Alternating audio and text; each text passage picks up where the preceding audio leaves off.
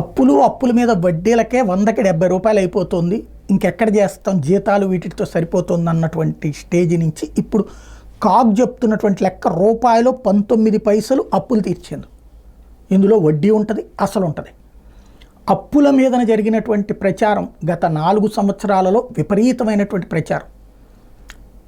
5 లక్షల కోట్లు అప్పుడు స్టార్టింగ్ 4.5 లక్షల కోట్ల రూపాయలు, అంతకుముందు ప్రభుత్వం ప్రారంభమైనప్పుడే 1.5 కోట్లతో అప్పుతో ప్రారంభమైతే దిగే టైంకి 4.5 లక్షల కోట్లతో అయితే ఆ తర్వాత కాలంలో జగన్ టైంలో అది 6.5 లక్షల కోట్లు 7 లక్షల కోట్ల దాకా చేరుకుంటే దాన్ని 8, 9, 10, 11, 12, 13, 14 ఏదైతే చైతన్య నారాయణ వాళ్ళ ర్యాంకుల తరహాలో చెప్పుకొచ్చేసారు.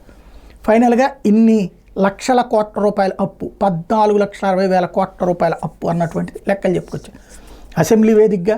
ఆ తర్వాత అది 10 లక్షలకి తగ్గింది ఏది గవర్నర్ గారి ప్రసంగం ద్వారా. ఇప్పుడు అది ఫైనల్గా వచ్చేటప్పటికి 6.5 లక్షల దగ్గరికి ఆగింది. 7 లక్షలు అనుకుందాం పోనీ టోటల్గా కార్పొరేషన్స్ అన్నీ కలిపి.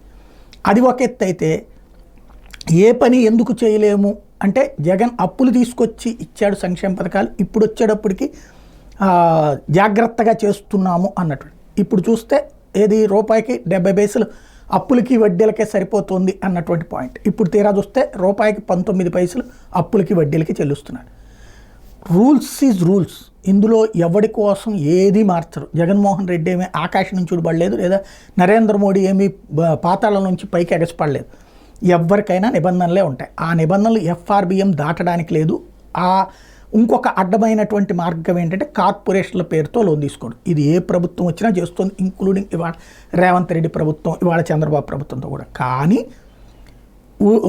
సాధారణ ప్రజలకు వచ్చేటప్పటికి అప్పులకు సంబంధించిన దాంట్లో ఈ రేంజ్లో జరిగిపోతుంది, రాష్ట్ర నాశనం అయిపోతుంది, శ్రీలంక అయిపోతుంది, వెనుజులా అయిపోతుంది అన్నటువంటి కాన్సెప్ట్తో జరిగినటువంటి ప్రచారానికి సంబంధించి ఇప్పుడు రూపాయికి 19 పైసలు అన్నటువంటి కాగ్ నివేదిక ద్వారా మరొకసారి స్పష్టమైనట్టయింది.